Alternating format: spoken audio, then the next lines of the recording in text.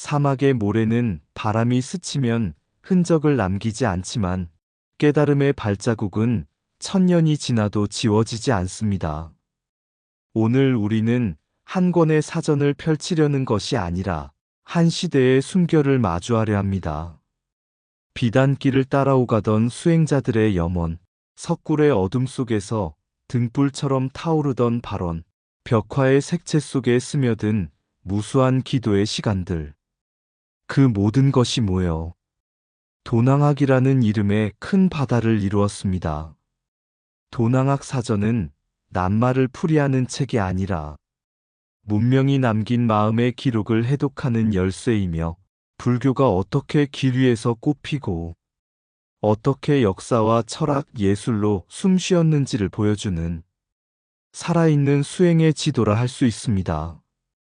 오늘 이 시간에는 인도에서 발원하여 실크로드를 건너 중국과 동아시아로 이어진 불교의 장대한 흐름 속에서 도낭이라는 성지가 간직한 지혜의 보물들을 차분히 그리고 깊이 있게 살펴보고자 합니다. 모래 언덕 사이에 묻혀있던 경전 한 장, 천정에 날던 비천한 존재, 그리고 수행자의 작은 기록 하나까지. 그 모든 것 속에서 우리는 진리가 어떻게 시대를 건너 사람과 문명을 밝히는 등불이 되었는지를 함께 마주하게 될 것입니다. 지금부터 도낭학 사전이 품고 있는 광대한 세계 속으로 불교의 숨결을 따라 고요히 걸음을 옮겨보겠습니다. 사막을 건너던 길 위에는 늘 두 가지가 있었다고 합니다. 하나는 끝이 보이지 않는 모래였고 또 하나는 끝내 사라지지 않는 발원이었습니다. 당나라 시절 실크로드를 따라 서역으로 향하던 한 젊은 승려가 있었습니다. 그는 경전을 구하고자 인도를 향해 떠났지만 끝없는 풍사와 갈증 속에서 마음이 흔들리기 시작했습니다. 내가 과연 이 길을 끝까지 갈 수 있을까? 어느 날 그는 도낭에 이르러 막고굴 석굴 앞에 머물게 됩니다. 해질녘 석굴 안으로 들어갔을 때 그의 눈에 들어온 것은 화려한 불보살상이 아니라 벽 한편에 희미하게 남아있는 작은 글씨였습니다. 이 길은 멀어도 마음이 물러서면 더 멀어진다. 그 글은 이름 없는 어느 수행자가 남긴 발언의 기록이었습니다. 인도를 다녀온 위대한 구법승의 글도 아니고 황제가 새긴 금문도 아니었습니다. 그저 한 사람이 지치고 두려웠던 어느 밤에 자기 마음을 붙들기 위해 남긴 문장이었습니다. 젊은 승려는 오래 그 글 앞에 서 있었습니다. 그리고 문득 깨달았습니다. 경전은 두루마리 속에만 있는 것이 아니라 길을 포기하지 않은 사람의 마음에도 새겨진다는 것을. 그는 다시 길을 떠났고 훗날 돌아오는 길에 또다시 도낭에 들렀습니다.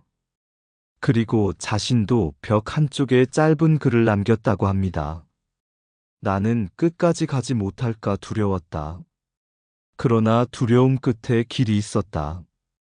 세월이 흘러 수많은 문서와 기록이 도낭에서 발견되었을 때 학자들은 위대한 경전과 역사서에 먼저 주목했습니다. 하지만 어떤 이는 말했습니다. 도낭학의 가치는 거대한 경전에만 있지 않다. 이름 없는 수행자들의 작은 기록 속에 살아있는 불교가 있다. 도낭학 사전이 다루는 세계란 바로 그런 것인지도 모릅니다. 왕의 역사와 함께 길 위에 승려가 남긴 한 줄 벽화를 그린 장인의 숨결, 비천의 옷자락에 실린 기도까지 위대한 것과 미미한 것이 함께 모여 불교의 진리를 입체로 증언하는 자리.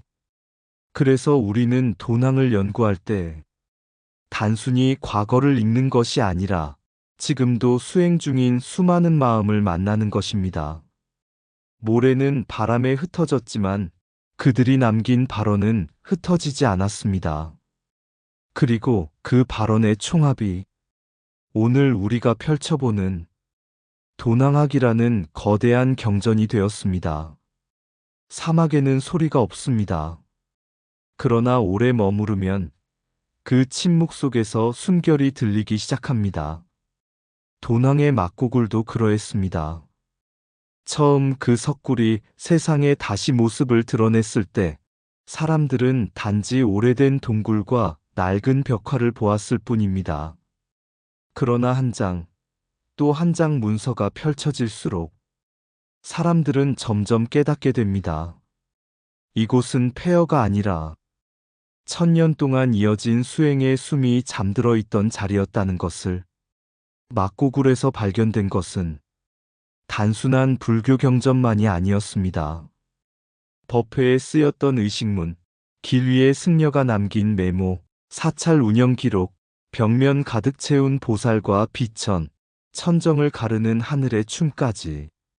문자는 마음의 흔적이었고 벽화는 기도의 색이었으며 조각은 신앙이 몸을 얻은 모습이었습니다. 그 방대함 앞에서 기존의 불교학, 미술사, 역사학은 각자 흩어진 언어로만 이 세계를 설명할 수밖에 없었습니다. 마치 한 숲을 보고도 나무의 이름만 부르는 것과 같았습니다. 그래서 누군가는 말해야 했습니다. 이것은 한 분야의 문제가 아니다. 중국의 불교학자 천인최이 도낭학이라는 이름을 꺼내 들었을 때 그 말은 단순한 학술 용어가 아니라 하나의 선언에 가까웠습니다. 도낭을 이해하려면 역사와 철학, 불교와 예술을 따로 떼어볼 수 없다는 선언, 경전과 벽화가 같은 호흡으로 태어났음을 인정하자는 선언이었습니다. 그 선언은 마침내 1998년 도낭학 대사전이라는 모습으로 형체를 갖추게 됩니다. 이 사전은 낱말을 찾기 위한 책이 아니었습니다. 도낭이라는 도시 전체를 한 권의 지도로 옮겨놓은 작업이었습니다. 한 시대의 믿음, 한 인간의 발언, 그리고 문명이 남긴 질문들이 항목이 되어 서로를 비추고 있었습니다. 2016년 이 거대한 작업이 한국어로 번역되고 증보되었을 때 그 의미는 더욱 깊어졌습니다. 이는 단순한 번역이 아니라 실크로드 불교 연구의 흐름 속에 한국 학계가 본격적으로 합류했다는 표시였기 때문입니다. 이때 우리는 비로소 알게 됩니다. 학문은 어느 날 천재의 책상에서 탄생하는 것이 아니라는 것을.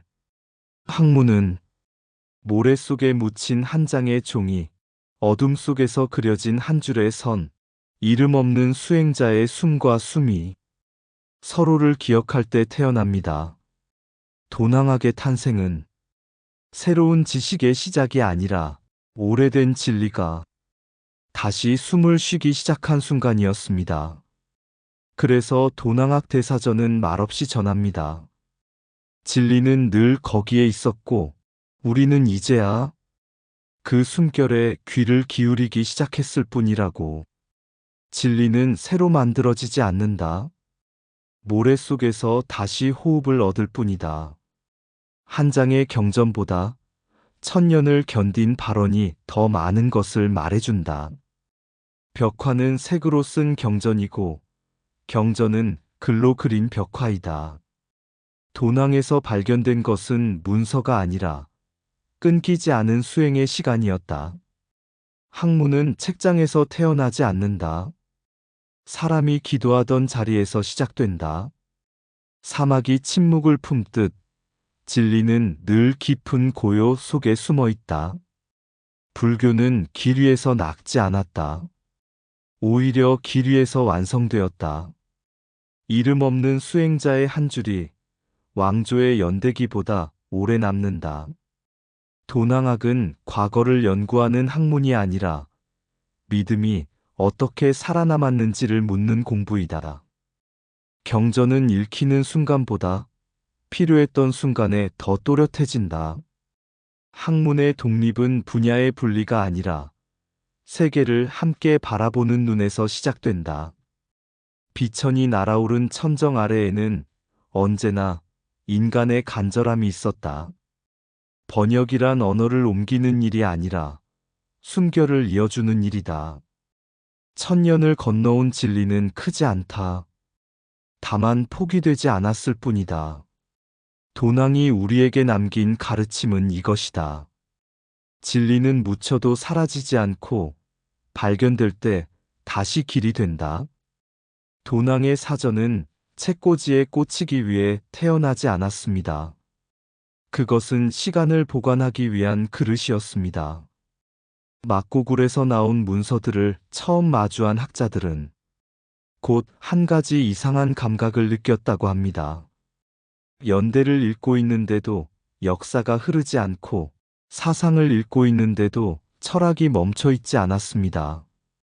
마치 한 도시가 그대로 숨쉬며 말을 걸어오는 듯 했습니다.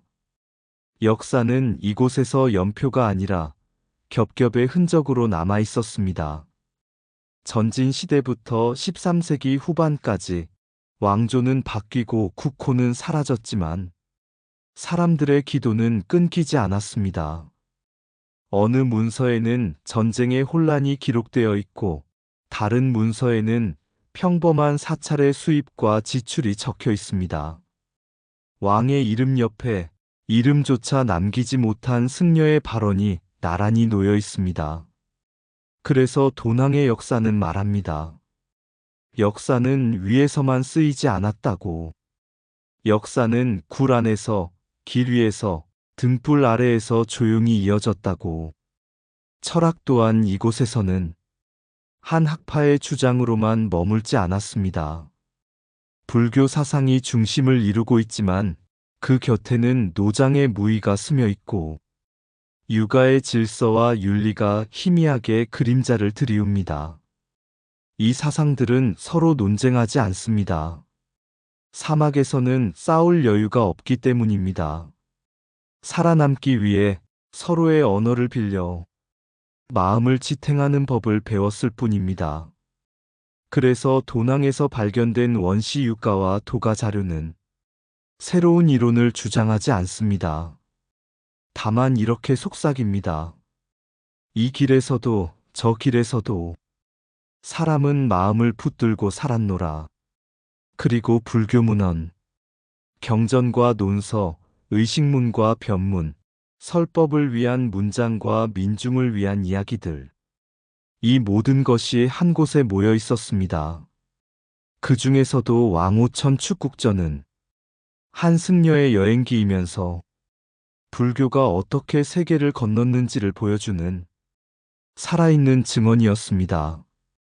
만약 이 기록이 없었다면 실크로드의 불교는 지도 위에 선 하나로만 남았을 것입니다. 그러나 이 문서는 말해줍니다.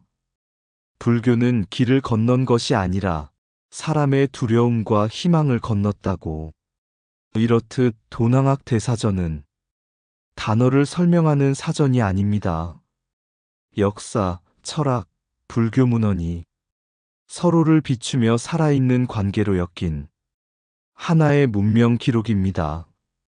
그래서 우리는 이 책을 펼칠 때 무언가를 찾기보다 무언가와 마주하게 됩니다. 1000년 동안 이어진 질문, 사람은 어떻게 믿음을 지켜왔는가?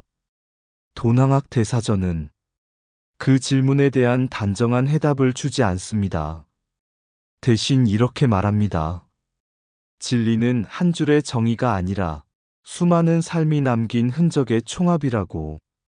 그리고 그 흔적들이 지금도 우리에게 조용히 숨을 불어넣고 있다고. 그래서 이 사전은 책이 아니라 문명이 남긴 호흡의 기록입니다. 역사는 왕조로 끊어지지만 발언은 끊어지지 않는다. 1000년의 시간은 사라졌어도 기록된 마음은 남아 있었다. 도낭의 문서는 과거를 설명하지 않는다. 과거가 어떻게 숨 쉬었는지를 보여준다. 불교는 교리를 남겼고 사막은 그 교리를 시험했다. 철학은 논쟁 속에서 태어나지만 도낭에서는 공존 속에서 살아남았다. 무위의 바람과 예의의 질서도 결국 마음을 지키기 위한 다른 언어였다. 한 도시의 기록은 한 왕조의 역사보다 더 넓다. 경전은 설법의 글이지만 변문은 삶의 목소리이다.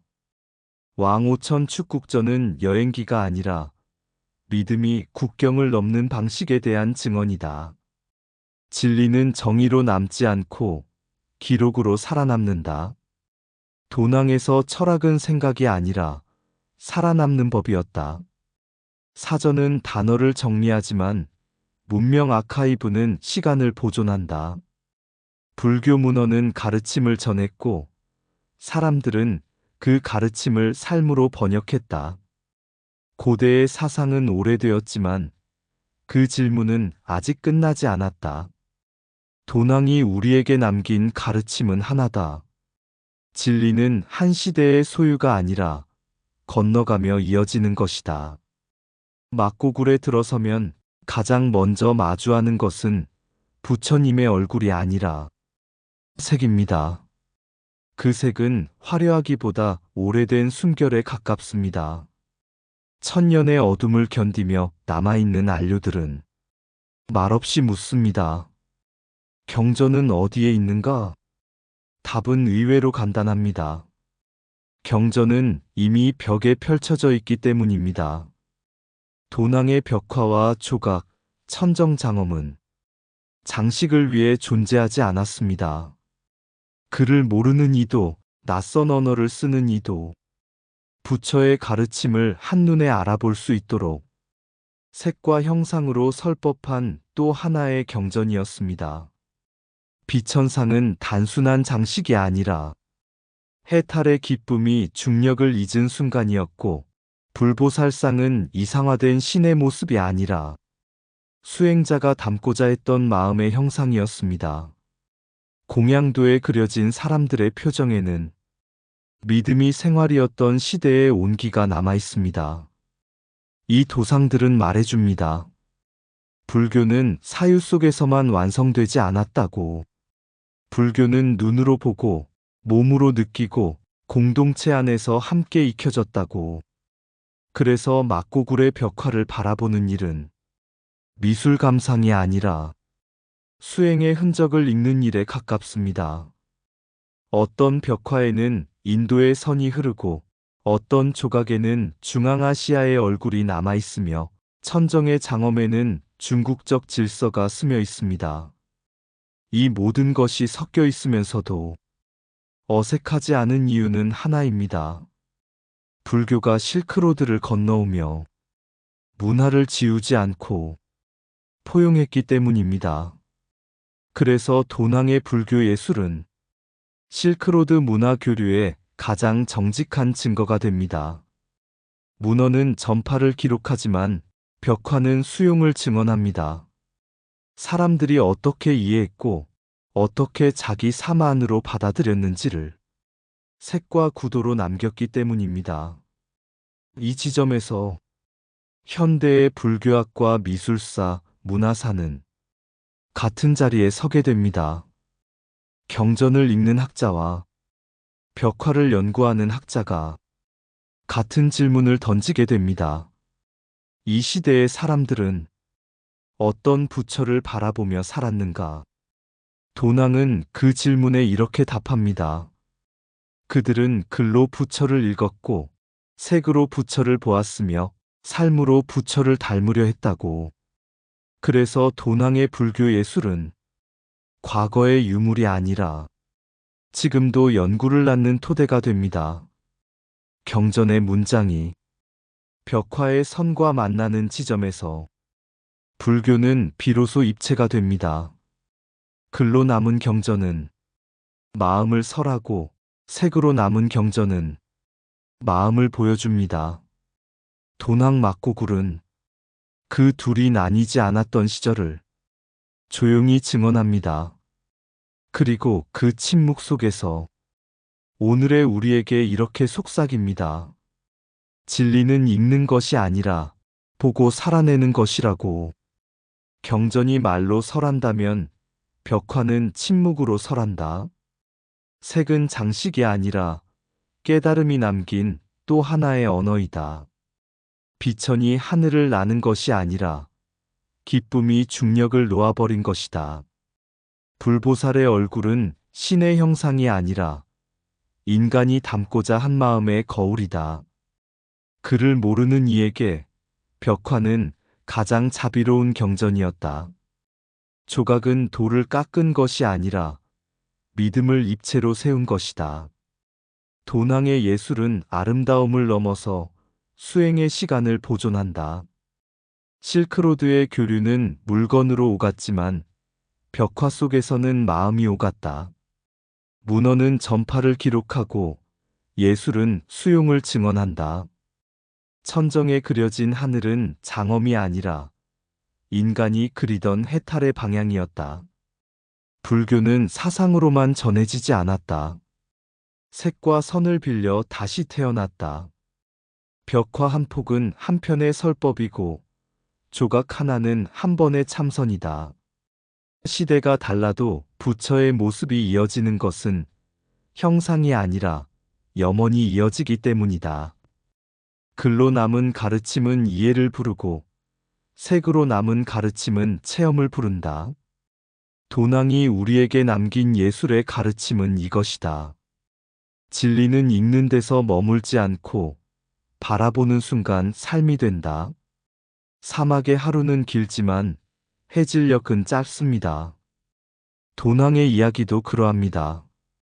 천년의 시간이 겹겹이 쌓여 있지만 우리가 그것을 마주하는 순간은 한순간처럼 지나갑니다. 처음 도낭을 연구하던 이들은 경전을 펼쳤고 문서를 분류했으며 벽화를 연대별로 나누었습니다. 역사는 역사로, 철학은 철학으로, 예술은 예술로 정리되었습니다. 그러나 연구가 깊어질수록 이상한 일이 일어났습니다.